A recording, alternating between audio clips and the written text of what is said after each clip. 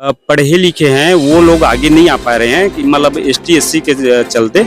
और ST SC के चलते क्या हो रहा है मैडम, जो यही कहना चाहते हैं हमारे गांव में ओबीसी या सामान्य आना चाहिए या अनारक्षित कोई भी अनारक्षित आना चाहिए। इसकी जनसंख्या ज्यादा है और जो बोल रहे हैं वो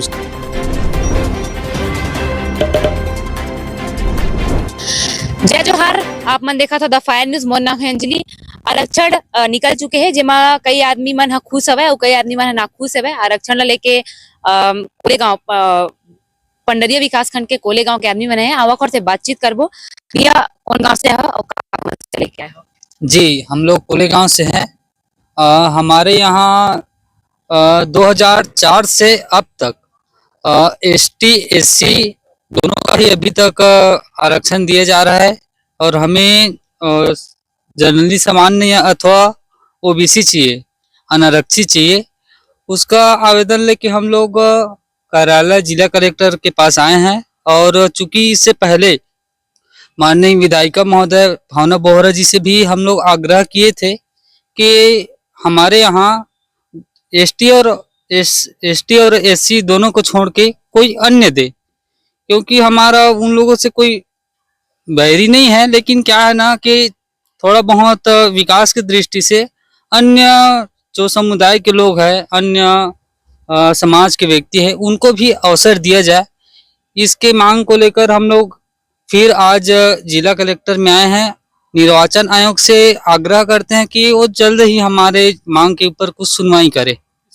भैया काबर आप मन ह दूसरा मतलब कैटेगरी के मांग करत हो? मैडम सबसे पहले हमारे यहाँ 4 पंचवर्षीय से जो एसटी एससी लगातार आ रहे हैं मैडम, अब ये 5वां हो गया एससी। तो इसके चलते क्या है ना मैडम, लगभग 10 प्लस से 20 ही वोटर है मैडम, एससी और एसटी दोनों को मिला दिया जाए तो। और हमारे यहाँ ओबीसी में लगभग 1200 वोटर हैं और सामान्य में लगभग मैडम वही 200 वोटर हैं। 1400 वोटर ओबीसी और सामान्य में, और एसटी और एससी दोनों मिलाकर 10 से लेकर 20 ही वोटर हैं। तो इसके क्या होते हैं मैडम, जो ओबीसी और सामान्य में जो पढ़े लिखे हैं वो लोग आगे नहीं आ पा रहे हैं कि मतलब एसटी एससी के चलते। और एसटी एससी के चलते क्या हो रहा है मैडम, जो इसमें ज्यादा जनसंख्या वोटर न होने के कारण हमारे गांव में काम अच्छे से नहीं हो पा रहा है, या कहा जाए तो विकास नहीं हो पा रहा है, क्योंकि लगातार 20 वर्ष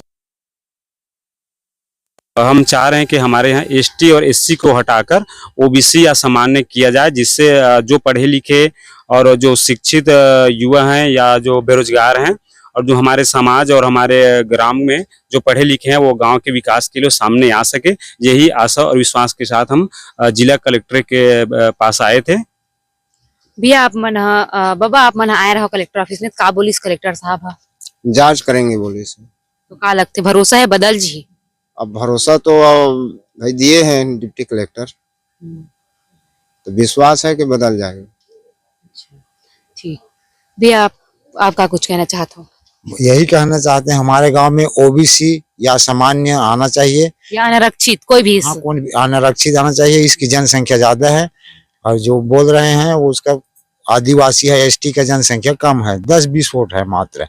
गांव में विकास हो पा नहीं रहा है और सामान्य या मतलब पिछड़ा वर्ग आना अनिवार्य है। तो जैसे कि आप मन देख सकत हो कोलेगांव के जनता मन आए हैं कलेक्टर ऑफिस पहुंचे, आपत्तिजनक जताए बर कलेक्टर ऑफिस पहुंचे हैं।